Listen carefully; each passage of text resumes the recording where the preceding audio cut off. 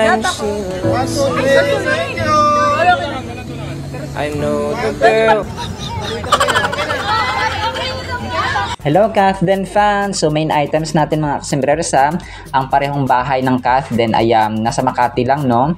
Tapos ito may pasabog sa October, and then marami pa tayong items mga kasembreros. Pinakauna na nga rito, napansin ko yung address na pinost ni Sir Alden mga kasembreros dun sa meeting nila kagabi mga kasembreros sa bagong bahay, bagong mansion nila mga kasembreros ay sa Proscenium Rockwell, Makati, no? And then, yung kay Ma'am Catherine kagabi na nai-post ko rin ay according sa Philippine Entertainment Portal ay sa Makati rin siya mga kasembreros, no? So, isa lang ibig sabihin nito, talagang nag-uusap ang Kathden mga kasembreros. And may post nga dito si Sir Renato Husayan, no? Na isang solid fan din siya mga kasembreros na yung designer. Parang iisang designer ulit, no, ng Kathden mga kasembreros ng kanilang bahay, ang Kathden mga kasembreros, ang sina Sir Alden at saka si Ma'am Catherine. Sabi dito ni Sir Renato, no, certainly lilipat na si Kat is not just condo unit, is a penthouse at ang developer na kinuha ni Kat ay isang Alden Richard or real estate company ni Alden. So team panatag tayo mga kasembreros ha, kasi talaga nag-uusap ang dalawang ito. So isa lang yung coach, isa lang yung Jim, isa lang yung si Ken, no, si Ken Creative Designs. Yun din yung gumagawa ng mga designs mga kasembreros, ng interior designs ng bahay ni na Kath mga kasembreros. And ito sa bagong bahay na naman, so confirm nga siya, no, legit ito mga kasembreros talaga. Talagang magbubukod na nga ang Kathden mga kasembreros, and soon mag-iisang bahay na sila. So magagalit naman sa akin ng mga kumapay yung mga bashers, pero hayaan natin sila, no. Pero ito na, maraming sa ebidensya, no? Hindi mo masabing wala kasi meron talaga, kasi lumalabas naman talaga ang mga ebidensya at katotohanan mga kasembreros. And ito nga kagabi, may video pala yun, no? Yung meeting nila with Sir Pat and his team mga kasembreros. Parang nagsasalita dito yung yung isa sa mga team members ng designers mga kasembreros dito habang Sir Alden nakaupo, no. This was posted by Ma'am April na pinsan ni Sir Alden mga kasembreros sa kanyang Instagram story. So tapos ang tumutugtog dito ay It Might Be You, no. So ito yung kahapon or kagabi ganap nila mga kasembreros. So team panatag tayo, magugulatan tayo na magkapit-bahay lang pala ang Mr. and Mrs. Mr. and Mrs. Paukerson mga kasembreros. And then ito, so next item natin mga kasembreros. So may pasabog ha sa October. Kasi si Sir Alden at saka si Ma'am Catherine ay nominated ulit sila, no, sa Gawad Parangal, 27th Gawad Pasado mga kasembreros. So pinakapasadong aktor. So iba pala yung Gawad Parangal sa Gawad Pasado, no. Sabi dito is pinakapasadong aktor nominee si Sir Alden Richards for Hello Love Again.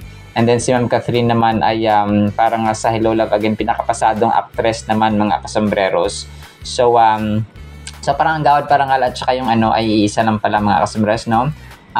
Sabi dito is parang sa October yung kanilang ang winner, declaration of winner or attend doon sa mismong awarding ceremony mga kasembreros. October 12, 2025 sa The Heritage Hotel sa Manila. Tapos yung Hello Love Again ay nominated din siya, of course, no, sa Best Film of 2024 naman. Kasi nga late talaga parati yung awarding or yung pag-nominate mga kasembreros sa mga pelikula. So yun po siya. So abangan natin ito mga kasembreros ha, kung mananalo ba ang Kathden or hindi. Pero yung nominated sila ay isang karangalan na po iyon mga kasembreros. And then ito, so si Sir Alden, nag-drawing pala sila Sir Alden, no. Parang pinag-drawing sila sa Stars on the Floor. Parang sabi na parang i-drawing nila yung dance move na parang tumatak sa kanila at saka masabi nilang related sa kanilang buhay. So si Sir Alden dito ay yung kanyang din drawing ay parang stick no. Sabi niya ganun, parang stick lang ha, yung sabi niya kasi parang hindi siya gano'ng marunong mag-drawing.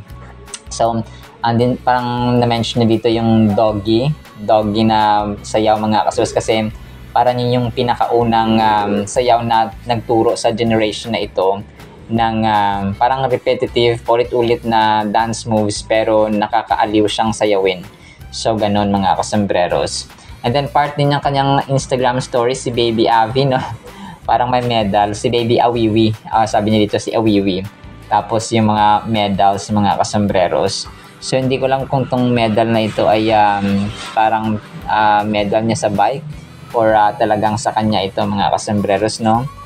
This was posted or reposted ni Sir Alden mga kasambreros sa kanyang Instagram story na pinost naman originally niya Ma'am Marlene Capones na kanyang mama. And then ito, next item natin mga kasambreros. So si Ma'am Catherine, no, ang kulit, nakipagkulitan siya sa mga fans, sa mga kasambreros sa kanyang BeautyCon 2025 mga kasambreros nga, no, sa SMX Convention Center. So may mga times dito na may natamaan siya, no, sabi niya sorry, sabi ganun. Tapos yung iba naman ayan pumipila na magpa-picture, no, kay Phenomenal Box Office Queen. And syempre hindi maiwasan talaga ang kulitan at saka waki-waki na naman ni Phenomenal Box Office Cinema Queen mga kasambreros. And then ito, Sir Alden din, no, hindi rin nagpahuli. Nagpapa yung kulitan. Iba yung sayaw na to sa ginawa niya doon sa charat-charat, cha-cha. So ganun mga kasambreros, sobrang kulit lang ni Sir Alden mga kasambreros sa kanyang dance moves. So as usual, no, talagang pag sinabi ni Ma'am Marian ay sunod agad si Bunso, no, mga kasambreros.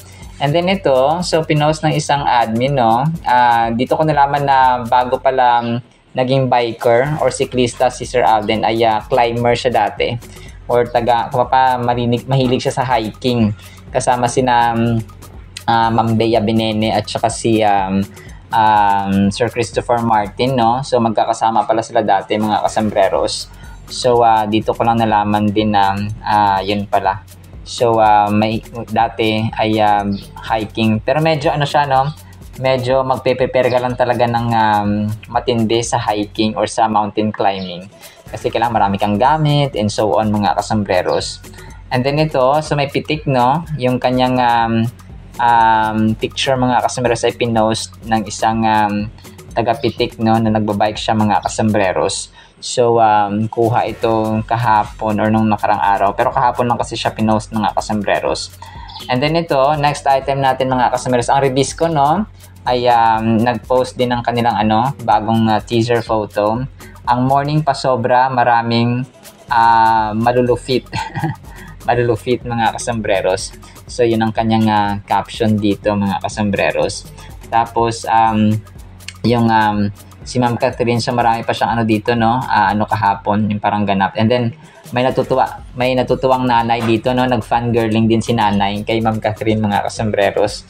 So yung kanyang anak at saka siya ay parehong pumunta doon sa BeautyCon kasi nga ay favorite or hinahangaan din ni nanay si Ma'am Catherine mga kasambreros, which is ang cute lang, no, ang cute ni nanay kasi pumunta talaga siya doon sa mismong event, no, kahit na may edad na siya. So enjoy lang talaga mga kasambreros. And then ito, so next item natin, so ang bench, no, talagang pinuri, parang kumbaga pa si Sir Alden yung front, center at saka first slide ng hero image mga kasambreros bilang ambassador ng bench mga kasambreros. So look who's at the front, center, and first slide hero image at the top part of the Bench official online store. So yung Bench online store, yung pinaka brand ambassador niya na mukha mga kasambreros na nilagay doon ay si Sir Alden Richards. Grabe, no? Ibang klase si Phenomenal Box Office King. So baka magulat tayo next month or next week or the other day or next day mga kasambreros ay si Ma'am Catherine na naman ang ilagay nila dito. Kasi nga, di ba, sila yung pinaka pinuno ng lahat ng brand ambassadors ng bench mga kasambreros. So yun nga, no, Phenomenal Box Office King at Phenomenal Box Office Queen ang pinaka front mga kasambreros kasi pang malakasan talaga itong bench mga kasambreros, no, kilalang kilala hindi lamang dito sa ating bansa kundi sa ibang bansa rin po mga kasambreros. Owned by servant Alright, sinasya sa ating Kathleen items sa team panatag tayo. Mga Kathleenatics, ngayon po ay September 1 na. Naku po, no? Ngayon po ay Monday, no? Monday talaga at saka September 1 pa. Sana po ay pakinggan po natin ang Word of God at isang pinagpalang araw po sa bawat isa. At para po sa ating Word of God ay sobrang ganda po nito mga kasombrero. Sana po ay pakinggan natin ang title, Hidden Treasure. Matthew 13:44. Again, the kingdom of heaven is like treasure in a field which a man found and hid, and for joy over it he goes and sells all that he has and buys that field. Napakaganda nito mga kasombreros. Ito po ay comparison ng value ng treasure ng salita ng Panginoon at ang relationship natin sa ating Panginoon at saka yung kung ano ba yung kaharian ng Panginoon mga kasombreros na dapat nating inuuna at saka pina-prioritize sa buhay. Yung verse na ito ay isa lamang sa mga parables ni Jesus Christ, no, na nagdi-describe kung ano yung kung gaano ka mamahalin, no, gaano ka precious mga kasombreros at gaano ka worthy ang buhay when we find the kingdom or when we found the kingdom of heaven mga kasombreros. So ang lupit nito mga kasombreros kasi si Jesus Christ, ang dami niyang binigay na parables, 'di ba, sa Matthew 13. Marami ditong parables mga kasombreros. So kung ako po sa inyo ay basahin niyo po yung buong chapter po ng Matthew chapter 13 mga kasombreros. So the treasure hidden in a field symbolizes the immense value of the kingdom of heaven. Yung lupa pa nga lang, di ba? Kunwari yung farm, sobrang laki na ng value nun mga kasombreros. Dito sa probinsya, hindi ka makakabili ng isang ektaryang lupa ng hindi bababa sa 1 milyon. So, ganun po yung worth nun mga kasombreros. Lupa pa lang yun. So, how much more na may treasure ka pa or kayamanan, no? Na natagpuan dun sa farm na iyon mga kasombreros. So, example ito nung na-discover na nung tao yung kayamanan, no, yung hidden treasure mga kasombreros na nakatago doon sa siguro nahukay niya, no, let's say ginto, let's say mamahaling bato mga kasombreros na pwedeng ibenta or pwedeng pagkakitaan ng sobrang laki. So sabi nito, when the man discovers it, he immediately understands its worth and decides to do anything to possess it. So yung kingdom parang yung farm, no, at saka yung kayamanan mga kasombreros nakapackage. So sabi niya, since natagpuan niya, so gusto niyang bilhin mga kasombreros. This reflects the idea that the kingdom of heaven should be the greatest pursuit in our lives. So yun po, no, top 1 priority po natin mga kasombreros. Kasi nagre-reinforce dito yung verse na Matthew 6:33 na seek first the kingdom of God and His righteousness, and all these things shall be added to you as well. So kung pa nag-emphasize ito at saka talagang katotohanan na ang kingdom ng Panginoon, hindi naman ibig sabihin na hanapin mo yung kunwari hanapin mo yung heaven, baka dito sa Germany, baka dito sa Japan, baka dito sa Korea. So hindi po ganoon mga kasombreros. Kingdom means yung kanyang yung agenda niya ba, let's say yung salita niya, no, nagbabasa tayo ng kanyang salita. Hindi natatapos ang araw natin na hindi tayo nagpapakain ng ating salita, ng kanyang salita, ng Holy Bible mga kasombreros. And then yung pagsunod doon, and then yung gawain niya, no? Kasi kapag parang kang belong sa isang company. Let's say nagtatrabaho ka sa opisina, diyan ka nag-apply tapos diyan ka nagtatrabaho. So whatever protocol, whatever workflows, whatever announcements, no? At saka benefits mga kasombreros na isang kumpanyang yan ay damay ka, no, kasi nga part ka ng company na yan mga kasombreros. So ganon din ang sa kingdom ng Panginoon. So we have works, we have jobs, we have professions mga kasombreros, yes, but that's not the main purpose or mission ng ating buhay. Kumbaga kapag sa opisina, trabahante ka, no, kapag sa school, kunwari teacher ka or principal ka. Pero kapag sa buhay natin ay tayo po ay mga mananampalataya ni Kristo, tayo po ay kanyang mga anak mga kasombreros, that means na we must also do our responsibility and yung function natin ba sa pamilya, kunwari ikaw anak, kunwari ikaw tatay, nanay or asawa, no, or magulang. So we have to do our obligations, yung matungkulin natin bilang part ng family. So ganun din po sa ating spiritual family sa kingdom ng Panginoon, mga kasombrerers. So ganun po yung simpleng halimbawa para po maunawaan natin, mga kasombrerers. And sabi dito, the act of selling everything he owns, yung tao nga nakapulot or nakakita ng hidden treasure, teaches us that true joy comes from making sacrifices to gain something far more valuable than what we currently have. So tama, mga kasombrerers, no? Yung pag-sacrifice mo ng oras mo, for example, sa taong minamahal mo, ibig sabihin, mas mahalaga, no? Mas precious, mas kamahal-mahal, at mas iniibig mo yung jowa mo or asawa mo, for example, or kung sino man dyan, yung anak mo, for example, sinacrifice mo yung isang araw mo sa trabaho para umattend ng meeting or umattend ng recognition ng anak mo. So, ganun, mga kasombreros, no? Yung sinakripisyuhan mo, ibig sabihin ay sobrang mahalaga. Kasi nga, sinacrifice mo yung isa para magawa mo yung isa or magkaroon ka ng isa, mga kasombreros. So, yan dapat yung ating ginagawa din when we find, kasi narinig ko rin si Ma'am Venus Ra, na dating Miss Universe na 4th runner-up nga, mga kasombreros, no? Sabi niya, kapag may nagtanong daw about gospel, about her faith, mga kasombreros, she drops everything and then talk to that person na nagtanong or curious na about her faith and relationship with God, mga kasombreros. So parang ganun, mga kasombreros, ang example din niya. Ultimately, it reminds us that the kingdom of heaven is surprising, often hidden in the ordinary, and richly rewarding for those who seek it earnestly. Grabe, no?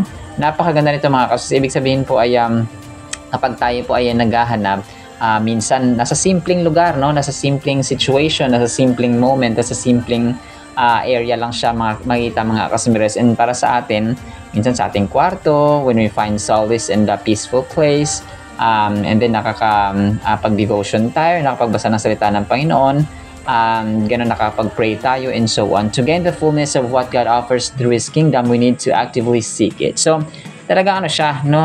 Active, mga kasombreros. Hindi siya parang bayabas na antayin mo lang mahinog at saka mahulog, mga kasombreros, saka mo kakainin. So, kailangan may ginagawa tayo kasi nga ang pananampalatayang walang gawa ay patay at ang gawang walang pananampalataya ay patay, mga kasombreros. We learn through this parable that we should recognize the value of our spiritual life over material possessions in our daily lives. So, ganun yung nasabi natin, mga kasombreros, na yes, meron tayong trabaho, may mga inaasikaso tayo sa bahay, may inaasikaso tayo sa trabaho, sa opisina, sa school, for example, or sa mall kung saan tayo nagtatrabaho, sa palengke ba dyan. Pero meron tayong spiritual life or spiritual aspect na dapat din nating pinapakain at we have the responsibility and accountability, mga kasombreros, na pakainin po ito. Just like the man in the parable who recognized the treasure, we should strive to value our relationship with God above all else.